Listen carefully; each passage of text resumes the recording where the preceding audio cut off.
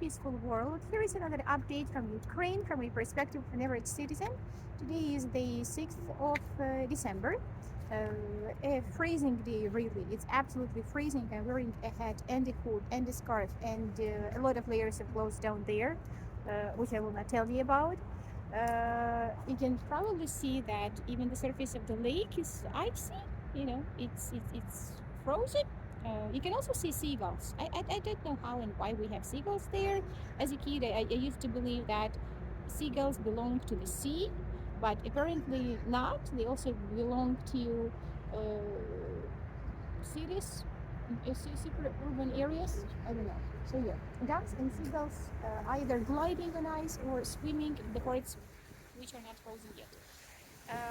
Yesterday there was another massive rocket attack in Ukraine, and fortunately for me, I kind of missed it. I saw the air raid alerts on my phone, but I had a lesson which I was able to conduct. Woohoo! Yes, a full normal lesson with a student who fled Ukraine with her family, with her son and with her husband. They are now in UK. And yeah, so a couple of times our lessons were interrupted because of blackouts, stabilization blackouts, or emergency blackouts, doesn't matter. But yesterday was the day. I was very happy to see her and to know how they are doing. They are still adapting. They are still adapting to their new reality in a different country. Yeah, so I missed all of those attacks.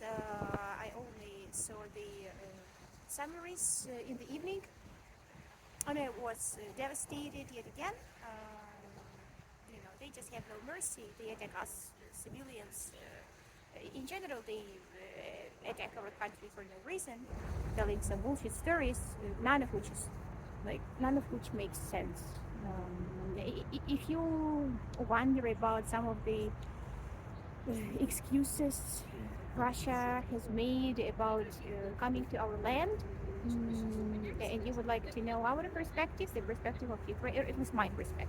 I cannot speak for all Ukrainians, but mm, I do represent the views shared by many. So ask me in the comments, and I can tell you what I think about some of those bullshit ideas. So yeah, I was furious. I was devastated. Somehow it was not felt in Kiev, thanks to our air, defense. Just very, very grateful. So that's it. Today we are having a good day electricity-wise because everything is done by schedule. So we have this scheduled stabilization blackouts. This is when we know, okay, from 7 to 12, we are not going to have lights. It's only 12 hour day. And they take place like 3 times a day, I think. They last a few hours. But usually in the morning we receive some apologies from our local authorities about their inability to follow the schedules and being forced to use the emergency blackouts, stabilization blackouts. So what can we do? But today is a good day. I was even able to leave my building by an elevator. My husband didn't have to carry the stroller downstairs. He probably will have to do it upstairs, but at least 50% success. Um, Other than the yet another big sad day yesterday, today is a good day for our family because Mina is 3 months old today. My precious bundle of joy is already 3 months, and yeah, I'm still a happy parent. Sometimes people see me and tell me like, "You look fine. Are you okay?" Yeah, I'm still okay. I'm super happy. Sometimes I think, oh my God, it couldn't get any better, and then it does because she constantly develops and she learns to do new things, and we've got a few milestones. So she's getting better and better at grabbing things and holding things and shaking her rattle and like touching everything around her. That is super cute. She is learning to turn. She can turn to her side. She has been able to turn from her belly to her back for a couple of weeks. Now she's trying to turn to her belly. That is nice, and I think this explains why She started feeling uncomfortable sleeping on top of me, and she desired more freedom, which she was provided with. And now she can sleep next to me, which is uh, bittersweet, actually. Like I have mixed feelings about it. I know that co-sleeping in general is horrible, and I never planned on doing it. But once again, she just dictated it, and I was too weak. Both my husband and I were too weak to persist with just looking at her, screaming her lungs out, turning purple in the crib, and we chose to sleep happily, peacefully in our bed together. So anyway, now she can at least sleep next to me. I give her a lot of space, and in her sleep, she can also try to turn and so on, and it's a relief for my back. But I also feel a bit sad. It's a kind of separation, you know. It's like I'm really shocked by the things that I feel and the things that happen in my heart, in my head. But I kind of miss her. She's next to me. She touches me, but even those moments I can miss her, like, oh, you used to be so tiny and you felt so comfortable on my chest, and now you're all the way there, like 1 centimeter away. It doesn't make any sense. I also feel this way when we have long walks and she's in a stroller and I do not touch her. I can also miss her. It's funny, really. This, hormones, this biology. It's a very interesting journey for me, really. It it's mind blowing, really. I'm astonished and very happy. So yeah, you can congratulate us on the milestones on the 3 month mark. And there is something I wanted to show to my fellow Scottish Terrier lovers. So let's see. If you look at her, how can I do it? So you can see Mia in a super cute envelope with Scottish Terriers. And it was an absolutely accidental find. I was looking for something random, I don't know, maybe socks or I don't know, a frying pan, whatever. And the internet just offered it to me. The internet knows me, it gets me. And I got it when I was pregnant, maybe in June, a long time ago.